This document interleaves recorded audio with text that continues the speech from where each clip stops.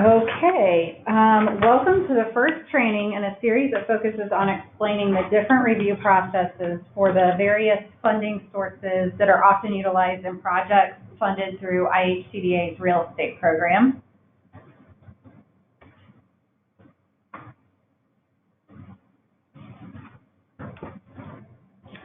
I am Carmen Leffig. I'm the placemaking manager at the Indiana Housing and Community Development Authority. I oversee some of our special place-based initiatives through the real estate department. And I also manage the environmental review process and the historic review process for the funding sources in the IHCDA's real estate department. I'm Ashley Thomas. I'm the Historic Architectural Specialist for the Indiana State Historic Preservation Office and the Indiana Department of Natural Resources Division of Historic Preservation and Archaeology. So I complete federal historic tax credit reviews, along with Section 106 and Certificate of Approval reviews. And I'm Karen Wood, the Environmental and Cultural Resources Manager at Green 3 LLC. And I oversee the NEPA and Section 106 review. Okay, so the first slide will just go over some of the goals for this training. Basically, we want to explain some of the commonly used funding sources and programs that will trigger different reviews for development projects funded through IHCDA's real estate department. We'll explain the basic steps for each of the review processes and which agency and organization is responsible for conducting that review. And we'll also go over some recommended approaches and an order for the reviews in order to help streamline the review process for our partners who are developing these projects. Some of the goals for future trainings. So this is the first in a series of trainings that we will record and post on IHCDA's website throughout the summer of 2019. Basically, we're going to provide additional details for the processes that you see bullet pointed on this slide with a step-by-step guide on which forms to use, who you submit them to, and how to approach the process so that the process are streamlined for our partners and for the agencies and organizations that are reviewing the reviews.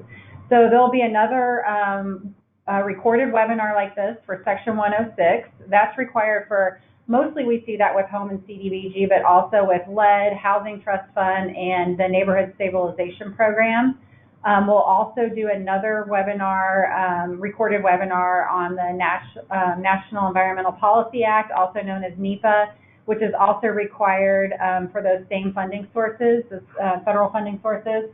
We'll talk about Certificate of Approval, which is required for IHCDA's Development Fund. That's a state historic review process, which is done separately from Section 106 historic review, but concurrently if you have both home and development fund for some of the projects we'll talk about later. And then lastly, there'll be a federal historic tax credit recorded webinar as well. All of these will be posted on IHCDA's website. As we finish them and upload them, IHCDA will put out a real estate development notice, and we'll also put it in some newsletters so that you're aware that they are available. And lastly, I would like to say that all of this will culminate in the three of us doing a session at the Indiana Affordable Housing Conference that will be on September 26th and 27th, 2019 in Indianapolis. We'll also be available for one-on-one technical assistance if you have questions for a specific project outside of that session.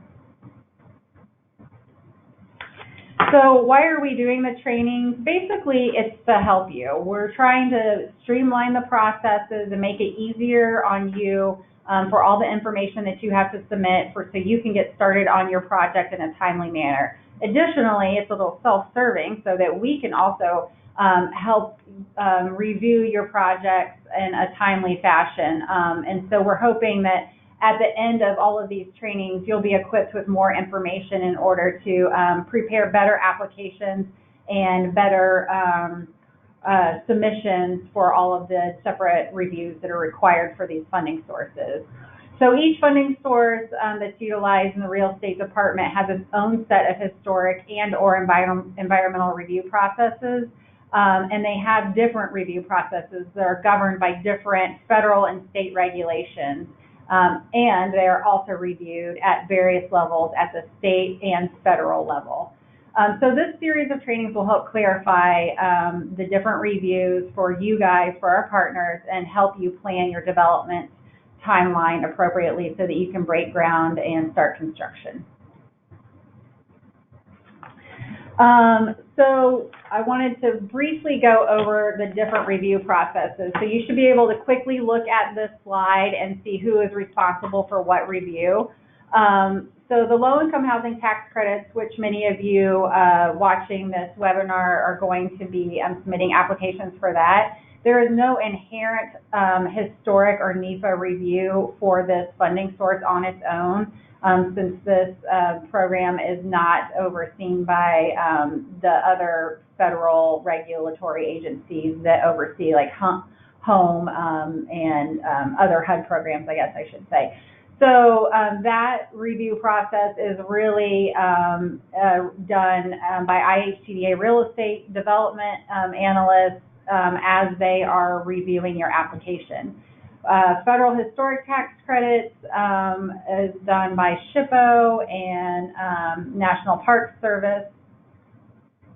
Home funds, which is our most common federal funding source that we see in conjunction with low-income housing tax credits, but also as a standalone funding source, has Section 106, which it also has NEPA, which we don't get in too much in this particular recorded training, but that is reviewed by IHCDA, Green 3, and or SHPO, depending on what kind of project it is at this point in time. And then Development Fund, which is our state funding source, which is often used as a gap funding with home and or low-income housing tax credits. That historic review process is a certificate of approval, which is done by DHPA and also known as SHPO, depending. We'll talk about that later. All right, so the first kind of overall thing we're going to talk about is the Secretary of Interior standards. If you're not familiar with these documents, it's something to be aware of. They are published by the National Park Service and available on their website. All work being reviewed under the Federal Historic Tax Credit Program, Section 106, or the Certificate of Approval process relies on these standards. So if you hear us mention the standards, these are the ones that we're talking about. The Secretary of Interior standards has 4 different kind of treatment methods. The most common one that's used is rehabilitation, which is converting a building to a compatible use through repair, alterations, and additions. So as far as the other funding sources we're looking at, that's the set of standards you need to be checking. Along with the standards, there are also guidelines for the treatment of historic properties. These expand upon the standards for each specific treatment method and provide more detailed information on appropriate treatments. The image here shows you an example of a page from the guidelines. Basically, they're categorized into recommended and not recommended treatments. As long as your project's scope of work is within the recommended category, then your project will meet the standards. If you're doing anything in the not recommended category, that's when you need to kind of go back and reevaluate what you're proposing and look at revising the scope of work to bring it into compliance. We've got 3 different agencies that are involved in these review processes. Indiana Housing and Community Development Authority, or IHCDA, is responsible for administration and allocation of the low-income housing tax credits, HUD funds, and development fund. They are a participant and facilitator of the Section 106 and Certificate of Approval processes. And Green 3 works with IHCDA on behalf of their agency for some of these reviews. There's the State Historic Preservation Office and Division of Historic Preservation and Archaeology, which is the same office with 2 different names.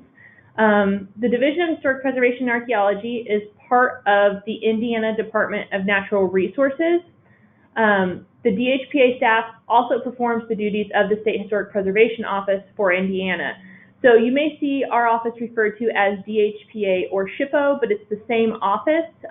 We function in the capacity of DHPA for state reviews, but we function in the capacity of the State Historic Preservation Office or the SHPO for the federal reviews. So depending on which process you're going through, you may see one or the other in our letters, but it's the same agency, it's the same staff doing the reviews, it's just two different titles. We are responsible for reviewing and approving Section 106 and the Certificate of Approval projects, and then our office also administers the Federal Historic Tax Credit for Indiana. We evaluate those projects for completeness and appropriateness of treatments before forwarding that information to the National Park Service. The National Park Service is responsible for the administration of the Federal Historic Tax Credit Program. So while the SHPO office does the reviews at the state level, it's ultimately the National Park Service that has to review and approve those projects. The NEPA, National Environmental Policy Act, in 1978, the Council of Environmental Quality issued its regulations to implement NEPA by all federal agencies. Under NEPA, environmental reviews analyze the impact of a project on the surrounding environment and vice versa. For this training, NEPA is required for HUD-assisted projects that include the funding sources requiring the completion of an environmental review prior to approving or funding any project or action, which is known as the Environmental Review Record, or ERR, under those issued regulations. The ERR is a workbook, includes air quality, airport hazards, environmental justice, explosive and flammable facilities, farmlands protection, floodplain management, noise abatement, wetlands protection, historic preservation, etc. These are all federal regulations of their own, and they are underneath the umbrella of NEPA itself to analyze the impact of the environment and upon it for the project. And the NEPA review is completed concurrently with the Section 106 review under historic preservation within the ERR. IHCDA has combined the two processes into one for their programs to help streamline the process. And that the NEPA will also be one of its own trainings and coming up later this summer.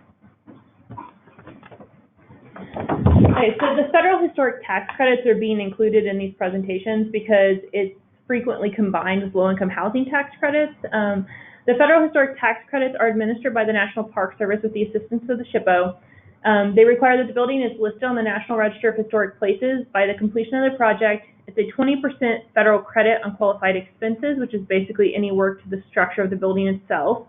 And it's a three-part review process, each with their own application forms.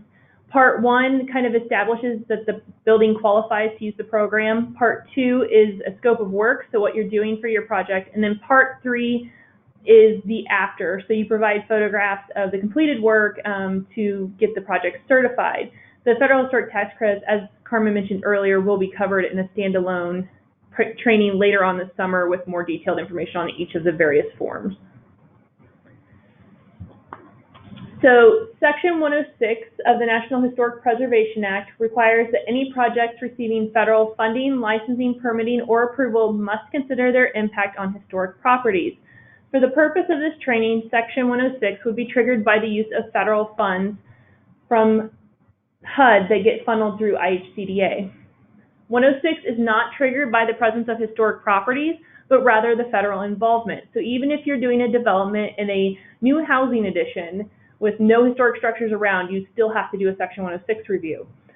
Section 106 projects going through IHCDA are reviewed either by the SHPO and or Green 3, depending on the scope of work of the project and other funding sources. SHPO has 30 days to review each submission under Section 106. This timeline is from the federal regulations. It's not something that we just made up, but we do try to get to things in less than 30 days when possible. And once again, Section 106 will be covered in a standalone training later this summer.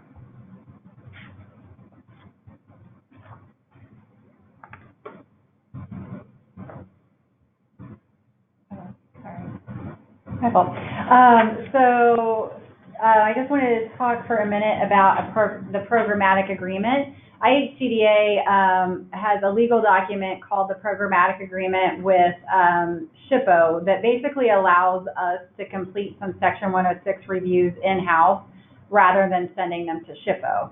So under this agreement, IHCDA actually contracts with Green 3, who Karen works for, as the qualified professional to perform the Section 106 and the NEPA reviews for our federal funding sources. So home, CDBG, Housing Trust Fund, LEAD, NSP, and any other federal funding sources that come down the pipeline from HUD that require Section 106 and NEPA reviews can be allowable to be reviewed by Green 3 under this contract.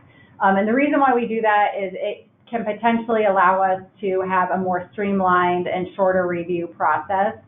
There are some exceptions which may increase review times, however, and that is if projects are determined to have an adverse effect on historic resources. Our programmatic agreement states that we must still send those over to SHPO for review and comment. And projects that involve ground disturbance, currently our current programmatic agreement says that we have to submit those over to SHPO for archaeological review as well.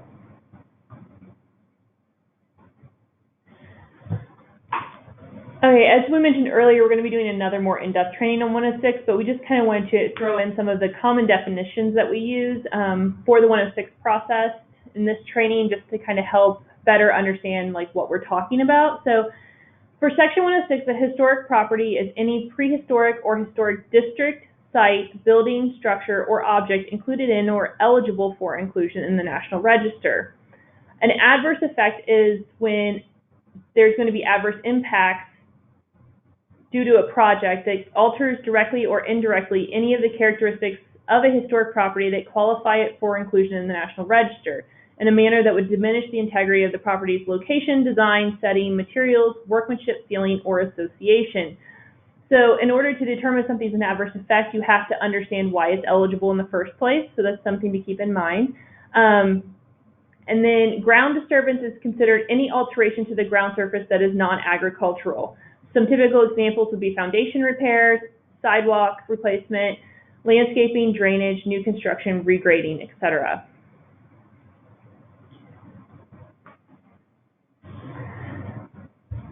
Okay, in addition to Section 106, there's also the Certificate of Approval process, and this is very similar to the 106 process, but at the state level. So Indiana Code requires that this review process take place when a historic site or structure owned by the state or historic site or structure listed on the National or State Register is being altered, demolished, or removed by a project funded in part or whole by the state, unless the review board has granted a certificate of approval. So the big distinction between 106 and state review is that for Section 106, if you remember just a minute ago, we were talking about how a historic property is any property eligible for or listed in the National Register. For the certificate of approval, it is only listed sites if they are on private property. So if it's an eligible site on a privately owned property, it would not trigger a certificate of approval. If it is a private if it's on public land, so land owned by the state, then it would be eligible or listed properties. So that's the main distinction between the two. If a project involves demolition of a listed structure or significant alteration of character defining historic features of a listed property, then the certificate of approval will require review and approval by the Indiana Historic Preservation Review Board, which meets quarterly, so January, April, July, and October of every year. A schedule of the upcoming board meetings can be found on the DHPA and SHPO website. So basically, if you know you're doing a project that is going to result in demolition of a listed structure or significant alteration of a listed structure, then you will need to look at the schedule for the board meetings and find out when you have to have your certificate of approval submitted to make the next agenda. Typically, the submission deadline is 40 days prior to the board meeting, so that's something to kind of keep in mind when you're looking at timelines for your project. Another thing to note is that historic districts, listed historic districts, the entire district is listed. So even if you're building something on a vacant lot or altering a non-contributing resource within a National Register listed or State Register listed district, a certificate of approval would still be required because the property itself is technically listed. So that's something to keep in mind. For the purpose of this training, certificate of approval would only be triggered by the use of development funds from IHCDA. And it's also important to note that IHCDA will submit the paperwork to our office, the SHPO or DHPA in this case, for review of the certificate of approval. You just need to make sure that you coordinate with them and make sure they have all the information that they need and that you know your timelines for review and approval. Okay, so this slide is similar to the slide I showed you earlier with the different review agencies responsible for the review processes for the different funding sources. However, in this slide, we want to give you a heads up on how these reviews will affect your overall construction timeline. So as you can see, we put the review time in the rightmost column in order for you to quickly look and see approximately how long these reviews will take. So it is important to know with like LIHTC and Home and Development Fund for that matter, they all have their own application review process that will take place before the review time dates noted in that right-hand column. That also means that you have to allow time for your application to go in front of IHTDA's Board of Directors for approval. And you should know more about that particular timeline with your funding source application. So with low-income housing tax credits, like I said earlier, there's no inherent historic or environmental review process for that funding source. Rather, the review time is the application review time from July to November. With that being said, if you have a LIHTC project that has federal historic tax credits, home and development fund in conjunction with your LIHTC credits, it's going to take those additional timelines in the right-hand column in order to get all of the approvals in place for you to be able to start construction.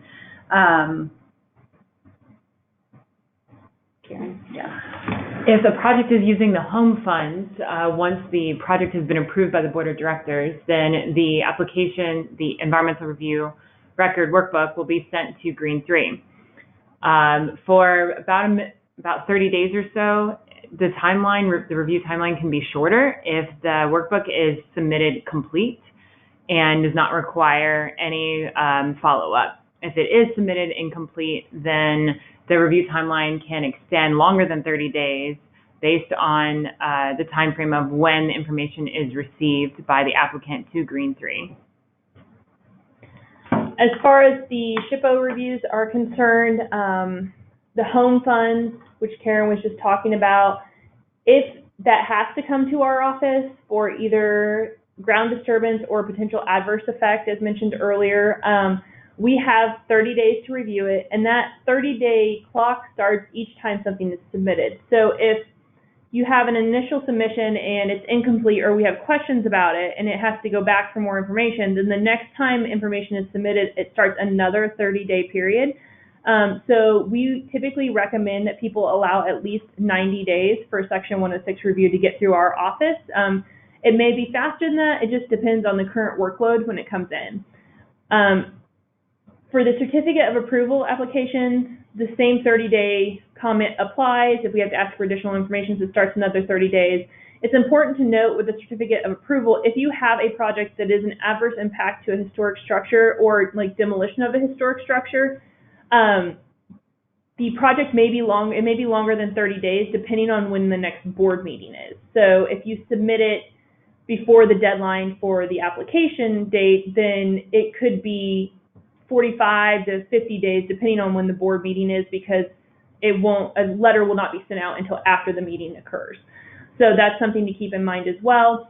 If you're using the Federal Historic Tax Credit Program, SHPO has the same 30 days to review information that comes in at our level for review, and then once we send it on to National Park Service, you should allow 30 to 60 days at National Park Service for their review process. Some common concerns and hang-ups that we've been seeing across the board with projects is an inconsistency in information presented in the different review processes. And this kind of goes along with changes in the scope of work between the initiation of different review processes. So it's important that each review process is kept current as the project development proceeds. We understand that if the LIHTC application is submitted first, then by the time you submit Section 106, your scope of work may have changed because you're continuing to do development work during that process and like creating more details in the project. But it's just important that you keep us all on the same page, and that every time you submit something for a review, you're also updating any reviews that have previously been completed, so that we're not sitting there questioning what is the actual scope of work because we have two different versions. So that's something to keep in mind when you're planning your projects, making sure you allow time to keep them all up to date.